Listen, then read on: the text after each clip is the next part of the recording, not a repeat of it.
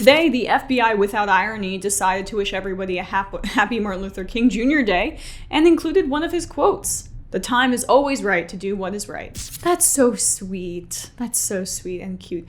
Are you sure that wasn't from one of the letters? That quote wasn't from one of the letters that the FBI sent to MLK back in the day to try to get him to kill himself? The Bureau went so far as to mail anonymous letters to Dr. King and his wife, which were mailed shortly before he was awarded the Nobel Peace Prize, and finishes with this suggestion. "King, there is only one thing left for you to do. You know what it is. You have just 34 days in which to do it. This exact number has been selected for a specific reason. It has definite practical significance. It was 34 days before the award. You are done." That was taken by Dr. King to mean a suggestion for suicide, was it not? That's our understanding. Yes, they blackmailed him. They tried to blackmail him to death. They collected information on his affairs, alleged affairs, and then tried to leverage that. They tried to prove that he was a communist. They bugged his home. Here are some of the quotes from that infamous letter. "The word evil makes 6 appearances in the text, beginning with an accusation. You are a colossal fraud, and an evil, vicious one at that.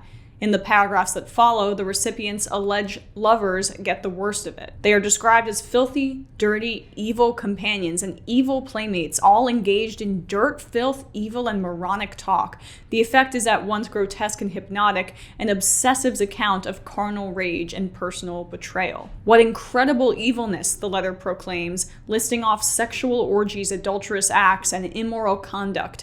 Near the end, it circles back to its initial target, denouncing him as an evil, abnormal beast. A beast that does not contain racially coded language at all.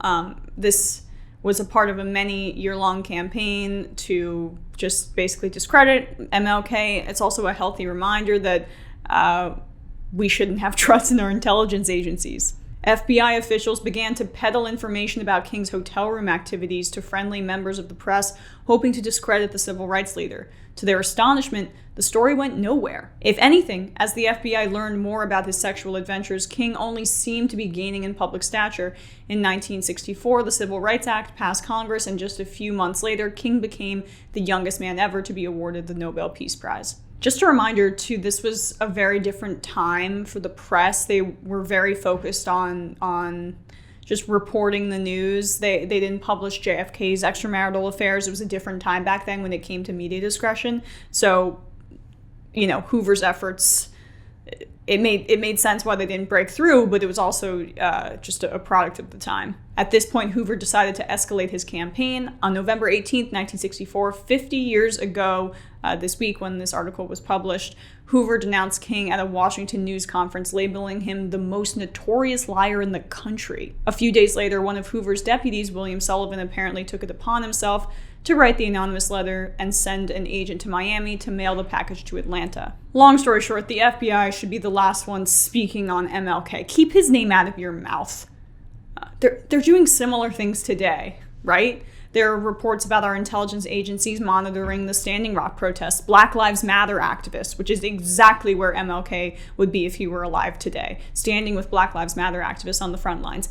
Intelligence agencies are servants of power with unlimited discretion, reach, and their attempts to destroy Martin Luther King Jr., that's a pretty stark example of that, and so perhaps they should stay quiet today.